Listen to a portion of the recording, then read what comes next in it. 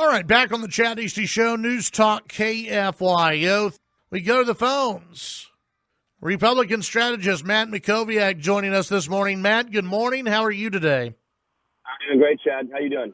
Doing fantastic. Appreciate you taking some time today. It's the day before the inauguration.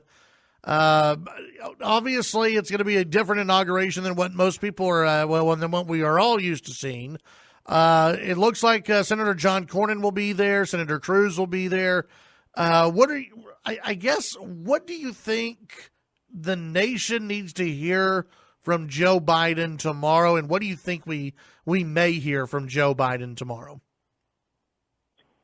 Well, yeah, look, this is a difficult time for our country. We're deeply divided right now, and those divisions are not new. Those divisions go back to 2016, and in some ways they go back all the way to 2000 when we had a contested election. We've been a divided country for 20 years now.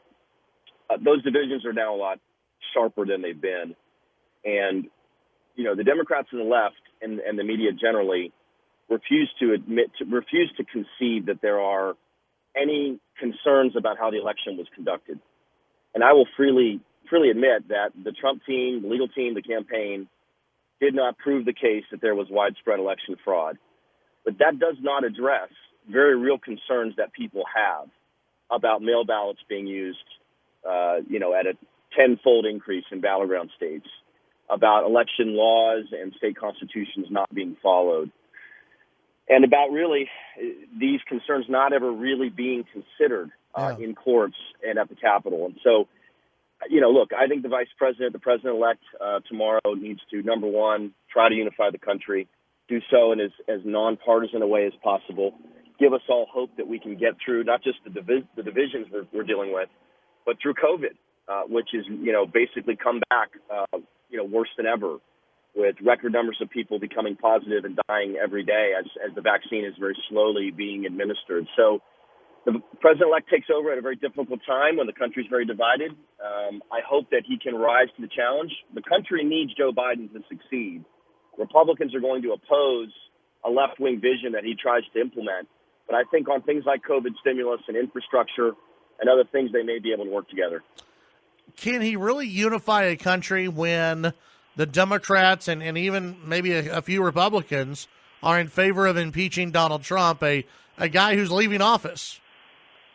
It's a great question. And I think if it were up to Joe Biden, I don't think he would be pursuing impeachment. In fact, I want to say he put a statement out saying that he'd rather it was not pursued, or at least not pursued right away. And look, I do think there's an open question as to when Nancy Pelosi is going to transmit the articles.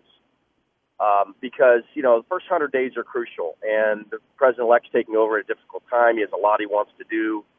And obviously, if you take, several weeks of floor time from the Senate, it's going to delay confirming cabinet. It's going to delay considering the COVID stimulus bill. It's going to delay other things. So I'm not convinced that maybe she transmits them at all, or that she transmits them as soon as tomorrow. It may be a little while. She may wait. But you're right. Impeachment is inherently a divisive act for a Congress to consider, and it feels punitive and sort of nasty to do it after he leaves office. It's certainly constitutionally suspect to do it after he's left office. And so the question is going to be, if they do transmit and the Senate takes it up and holds a trial, will 17 Republicans vote to convict the president? I mean, right now I think that's unlikely. I really do, but a lot of time is going to pass in between now and then. Kind of, looking into a crystal ball a little bit, how much on defense do you think Republicans will be in the U.S. Senate? There's some who worry that Republicans will give in on a lot of issues, not maybe on issues like the Green New Deal, but they will be open to negotiating with Biden on some issues. What do you think that relationship is going to look like in a tied Senate?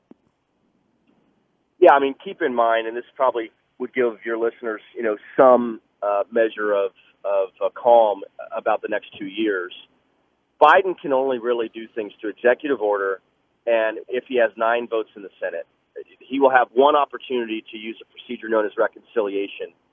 to do something on a majority vote in the Senate. They'll have 50 Democratic senators plus the vice president, so they'll have 51.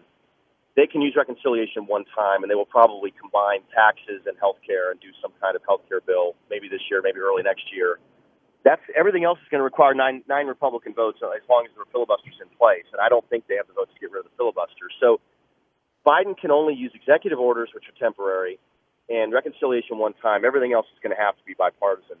And I don't think he's going to go far left, at least legislatively early on. I think he's going to focus on COVID stimulus, perhaps on infrastructure, a couple other things they could try to get some real movement on in the first 100 days. He obviously has this COVID stimulus package. I think it's $1.9 trillion. There's direct payments and money for vaccines and money for state and local government. He's not going to get everything he wants there, but I think he probably will get something. But the choice he's going to face is he going to be a mainstream Democrat, or is he going to be a slave to the left and push Medicare for all and push Green New Deal and push open borders and push raising taxes, these ideas? If he does that, he's going to find no support with Republicans, and I think he'll actually lose support in the country.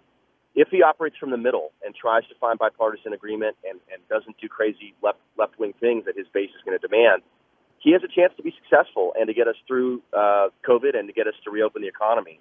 It's a key choice he's going to face in the early months. Yeah, and it kind of touches on what I was going to ask you next. Who do you think he's going to face, a tougher time with, Republicans or the AOC crowd and those who are, and even his vice president, Kamala Harris, who is, further to the left than Joe? Yeah, I mean, it's both. He's going to face challenges from both. In the House, they got a narrow margin. It's the smallest Democratic majority in 60 years. In the Senate, as we talked about, they got a 51-50 majority. And if Joe Manchin says no, they're not going to be able to do anything unless Lisa Murkowski or Susan Collins or Mitt Romney, one of the moderates, comes over. I think the Republicans are going to stick together on controversial things. I think that there will be bipartisan support probably for a consensus COVID stimulus bill. But other than that, I really expect and hope Republicans will stick together. But look, I actually think that Biden is going to be dealing with so much trouble on the left. It's going to be very similar to the Tea Party battle we had on the Republican side, 2009, 2010, 2011 timeframe. The left is going to be so frustrated that Biden is not doing more quickly, more significantly, particularly legislatively. Yeah. He's not going to, I think, agree to do a lot of the things they're going to demand. So he's going to have a difficult time. And I think you're going to see serious primary challenges of their members. You're going to see a lot of frustration, a lot of demands. You're going to see people like Alexandria Ocasio-Cortez making all kinds of demands and probably not getting very far. It's my guess. I kind of hope that happens, because if it doesn't happen, it's because Biden is giving the left everything it wants, and that would be a disaster for the country. Yeah, absolutely. Matt, tell folks how they can sign up for your newsletter and also how they can listen to your podcast. Yeah, so the newsletter is called Must Read Texas. It's available every weekday morning by 9 a.m. We're actually dealing with the problem with MailChimp right now, but we'll be sending it out shortly. We take all the top news from around the state, deliver it to inboxes. More than 20,000 people receive it. You can sign up for a free one-week trial at mustreadtexas.com. The podcast, Chad, is called Mac on Politics. One episode a week. We talk to newsmakers. It's available on iTunes, Google Play, Stitcher, and Spotify. Most recent episode is on the Electoral College and a movement to go towards a national popular vote. I imagine a lot of your listeners may be horrified at that prospect. We talked to someone who's actually working on it. It's a very, very interesting conversation worth checking out. All right, Matt, as always, appreciate your time. We'll visit with you again next week. Take care. Thank you. That's Matt Mackowiak.